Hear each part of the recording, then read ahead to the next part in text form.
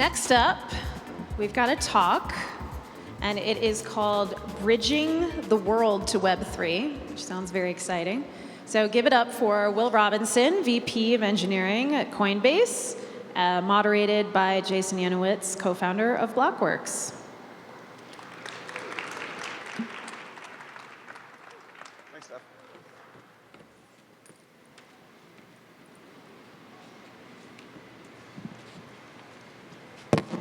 Hey, everybody. Great to be here. Nice to meet you in person. Indeed, indeed. Yeah, Empire round two. So I think the first place to go with this, we're talking about Coinbase bridging the world to Web3.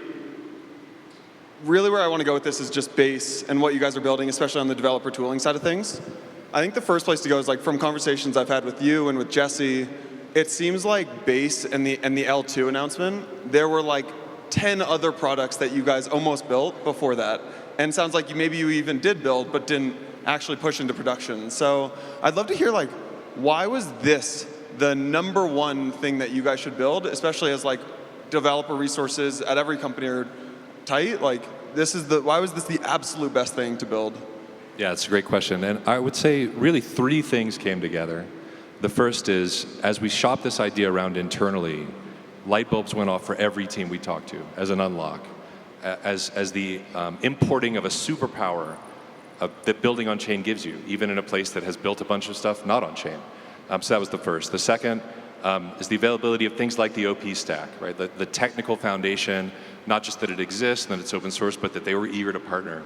And the third thing, and the thing that was really most important to me, as Jesse and I talked about in the early days, was I said, talk to the community, right? Talk to dApps, talk to other builders, and see how this feels. And what we found was, as we went out there and said, hey, we're considering this confidentially, what would you think about this? Would you want to be there? The response was overwhelmingly positive, and that really showed me, okay, we're on something here, and we got to go forward. One of the reasons I think you guys had such positive reaction to the announcement is you guys have 108 million registered users on the like traditional Coinbase app. The Twitter threaders are excited because the 108 million users now move on chain. The maybe skeptic in me says like most of those users don't actually want to live in an on-chain world.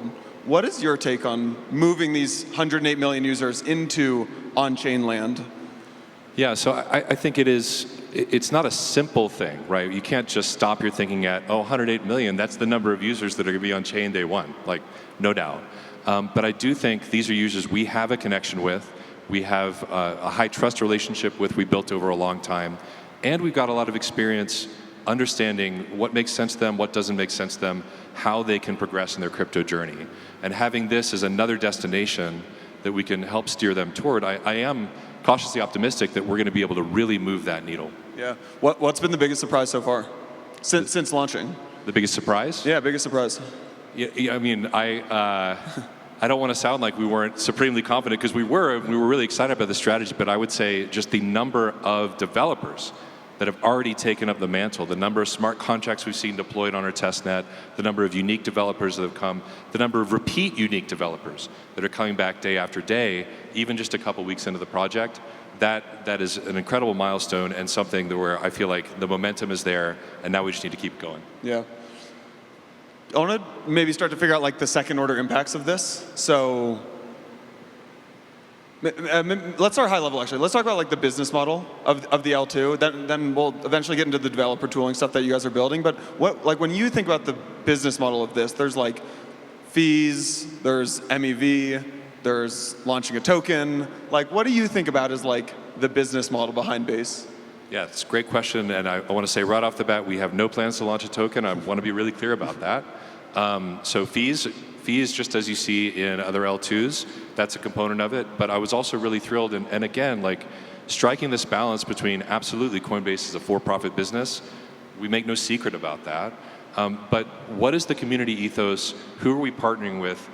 How do we interface with all of you? And you know, in our personal and private lives, we're also you. I close my laptop for Coinbase and open it back up and play on DeFi, right? Like this is who we are in many cases as well. And so being able to strike that balance and make a commitment for a percentage of this to go back to the Optimism Foundation, funding public goods, like we really see that this industry is absolutely in this growth era and in this win-win era where we really think all of us collectively need to focus on growing the pie, getting more users into the space, as opposed to knives out, cake cutting, pie cutting, zero-sum thinking. So that's that really has guided us, and as we've looked at this internally, I think there's plenty to go around. Like this is not something where I am going to have a quarterly hard revenue target that's super, super high, and like that is why we're building Base, right? We are going to make some money with Base. I hope we make a lot of money with Base, but that's not where this conversation started, and that's not where it's centered. Yeah. How much interaction is there with other teams at Coinbase? So like as soon as you guys announced this, the first thing that came to my head was CBETH and the million things that you guys can do to make CBETH, which is probably second or third largest LSD right now behind Lido. There's so many things that you guys can do to make CBETH the dominant staking derivative. How much interaction do you have with folks like John and the staking team? And like, how do you think about how other Coinbase products, whether it's USDC, CBETH, how Base will make those businesses stronger? Yeah, and it comes back to my answer to your first question, that first unlock that we saw. As Jesse especially, but the whole team sort of made the rounds internally, said, hey, if this was out there, would you have a use for it? How would you think about it? How would it play with your strategy? Really, the hit rate was almost 100% internally, where you had this latent desire to build more on-chain. But without a clear path to do this, sort of this philosophical, oh, we know we need to do this someday. And with this as a catalyzing event, something we could all rally around, the ideas started popping. People started working nights and weekends. Jesse's got a small but mighty full-time team and a much larger part-time volunteer team internally, just so excited, saying, oh, with this coming this year, we could put this on chain, we could put this half of this existing product on chain. And I really feel like the thing we're trying to show and lead the way in is building on chain is not just a philosophical statement. It's a superpower. If you build the right parts of your product on chain, it is a better way to build certain kinds of things. And that's true whether you're a startup with 2 people in a garage or a big publicly traded company.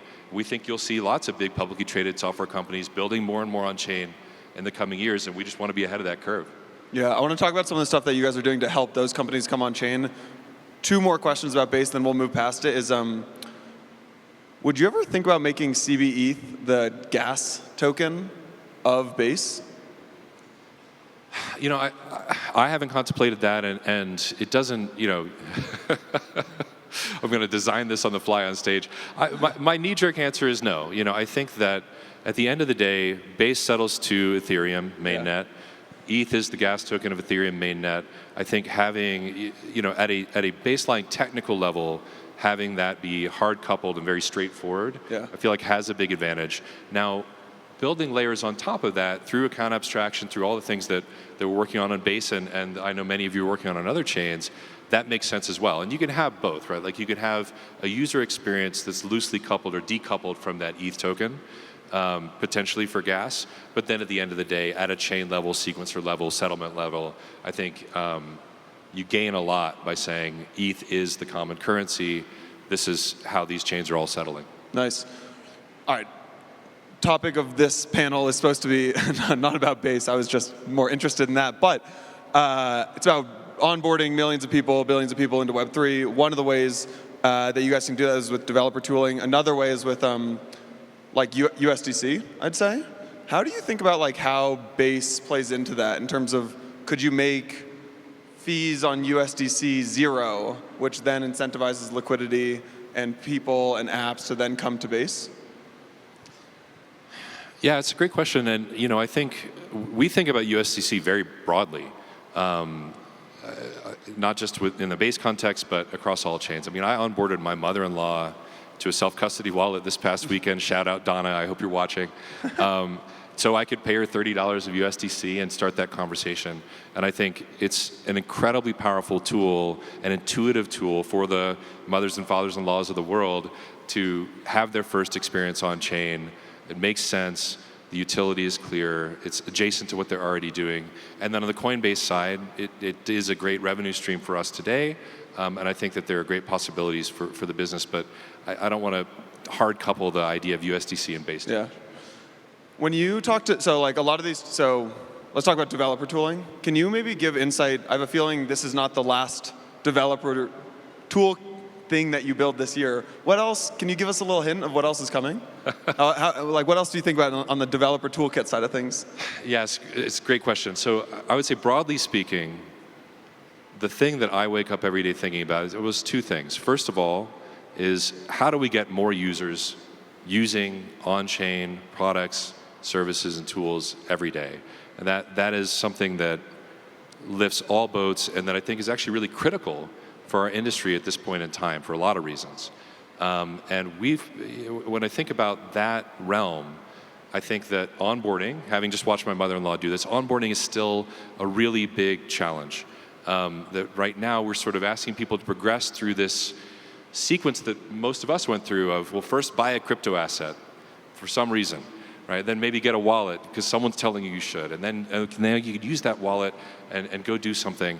And I feel like that is a funnel where we see people falling off, and I think Coinbase and all of us, many of us here in this room, have a lot of work to do watching your sisters, brothers, mothers-in-laws, fathers-in-laws on board and say, okay, how do we reduce that friction? How do we get people who have a first-class need in their minds? I want to do this right now. How do we get them using crypto right away without forcing them first to become crypto people? So I know that's pretty broad and it's just kind of a tease. I'll tease a little further and say, keep your ears open. On March 8th, we're going to have our next announcement. So more to come. Is that alpha? March 8th? March 8th. We've got an announcement of some exciting stuff we're doing that I think should help move the needle in that space. And then the second thing I think of is just where's Coinbase's place to play in all this? Where's our unique value add and our unique right to win? Because there's so much that needs to be built, and we want to partner where it makes sense, and then we want to double down in places like distribution to a big user base, like connection to the off-chain world, fiat rails and things like that, where I think Coinbase does have a unique set of assets that we built up over time that I think we're leveraging well, but could do a lot more to get people on chain. Yeah. Like ETH Denver is such an amazing event, and it was funny walking around to different booths. Still, like nearly every booth is a different DeFi protocol, like exotic options and like different ways to lever up in DeFi. I want to get your take on just like how you or how Coinbase thinks about non-financial use cases. And like, I don't know if folks in the room ever listen to Empire, like Santiago and I have been exploring a lot of like big Web2 brands are now starting to dabble in the space. Is it real? Is it not real? How do you think about building for those folks? And like, what are these non-financial use cases that you think about? Yeah, I think that's spot on. So I see most on-chain activity today as being basically reflexive. It's using crypto to do things or speculate about other crypto or lever up on crypto or these kinds of things. There's nothing wrong with that, and I'm a big DeFi user myself and think that there's a lot of value to be had there. But it perpetuates this sense that it's this kind of closed ecosystem, this thing off to the side, this sort of black box. And I feel like every single bit of light, every single hole we can punch in that black box to connect, sort of thermally couple this on-chain crypto world to anything else, whether that is Web3 or just rather gaming in general. Let's not talk about Web3 games. Let's talk about great games that people just want to play that happen to have an on-chain component because that's the best way to build those features for that game. Connecting to real-world assets is not a new insight, but I think we've got these ultra-powerful rails, instant settlement, incredibly cheap and getting cheaper everyday transactions globally across borders. All these great advantages we're familiar with, and right now they're used almost all for these reflexive use cases. As soon as I'm able to tokenize the lien on my house and put my mortgage on chain, now there's an awful lot of gnarly, gross little details we have to solve. And I know there's some pioneering startups that are working on exactly that problem, but the more of that we can actually get over the line and solve completely, not just is it technically feasible, could someone do this as a proof of concept, but we've figured out the regulatory regime, we've figured out the safety characteristics, we've figured out how to deal with the fact that these users are not necessarily all going to be ultra sophisticated crypto heads. We know that waiting at the end of that journey is all the superpowers these rails bring, but applied to everything else we're doing in the world. So real world assets, the connection to real world use cases, daily commerce, gaming I think is a big obvious one. But the more of that we can do, the more people we'll bring in, and the more this will just feel like part of the fabric of our lives, not something scary or other that needs to be regulated at arm's length and things like that.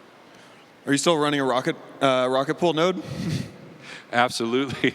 And shout out to Rocket Pool, but not just Rocket Pool, shout out to everybody who's working on making staking more accessible, innovating in that space. Yeah, but I am a small scale Rocket Pool home staker and occasional participant in that community. Nice. I read that you occasionally just work to improve UX across different protocols and pick off bug bounties and stuff, and have a lot of respect for that. What feels obvious to you about DeFi and where the DeFi ecosystem is going that maybe isn't as obvious to some folks in the room yet? Yeah, I think part of the answer I touched on in the last question, but one that I didn't get to say, and you kind of activated it since with the mention of Rocket Pool actually, I am really interested in what's happening with things like EigenLayer, where we're saying we've got this one really strong flywheel in the heart of ETH staking, this kind of economic engine that you could attach other things to. And I think just like you saw some with merge mining back in the day, the possibility space there does seem interesting. It's still very early, of course, but I think that could be really cool, and I want to see how that develops, and maybe add a few merit badges to my home staking quiver. The other thing that I would mention, a little bit more from a kind of user experience standpoint, and this could tie back into Base as well. Not a new insight, but I use my desktop computer or my laptop almost exclusively to interact with all these protocols today. It's a pretty bad experience on average on the phone, and that's an outlier, right? All the normal people out there in the world have made the jump. Every Web2 startup is building for mobile first or mobile only, and we're still back here, and there's a complex web of reasons for that, and I get that, but I do think that if we're approaching a moment with things like Base where we say, hey, we might get a pop of a few more tens of millions, hopefully, of less experienced users, first-time crypto on-chain users, DeFi users, I think really taking up the mantle this year and saying, let's meet them where they are on their phones and make that a great experience. I do think that it's an obvious thing in a lot of ways. It's really annoying to actually get right, but there's a lot of value still waiting to be unlocked behind those phones. Last question here. I have no idea how long we're supposed to talk for, but I think we're supposed to wrap it up at some point soon. So I guess last question, if there's one thing that you want everyone in this room to take away, just whether it's about the engineering team at Coinbase or Base or onboarding the next cohort of people, what's that thing that you want folks to walk away from this with? I would say for the ETH Denver audience, there's so much I could say. Maybe one thing I'd want folks to take away that I've been noodling about lately is this sense of centralized is not the opposite of decentralized. It's not matter and antimatter in opposition to each other. And when I see how Coinbase is orienting toward building more and more on chain, I think we're just the first of many you're going to see. And the vision that I think we should all work toward is actually we're going to, when Web3, when blockchain, when crypto takes over the world, it's going to feel not like it burns the whole world down and replaces it. It's going to feel like it merges with the world. And we're going to have this large, decentralized web connecting all of us with actors within it that are large centralized companies, that are individuals, that are DAOs and collective movements. And there's room for all of that to play. And so I felt the love and the warm welcome here at ETH Denver, and I really appreciate that. And I want to keep that momentum going. So thank you all very much. Thank you, Will. Thanks, everyone.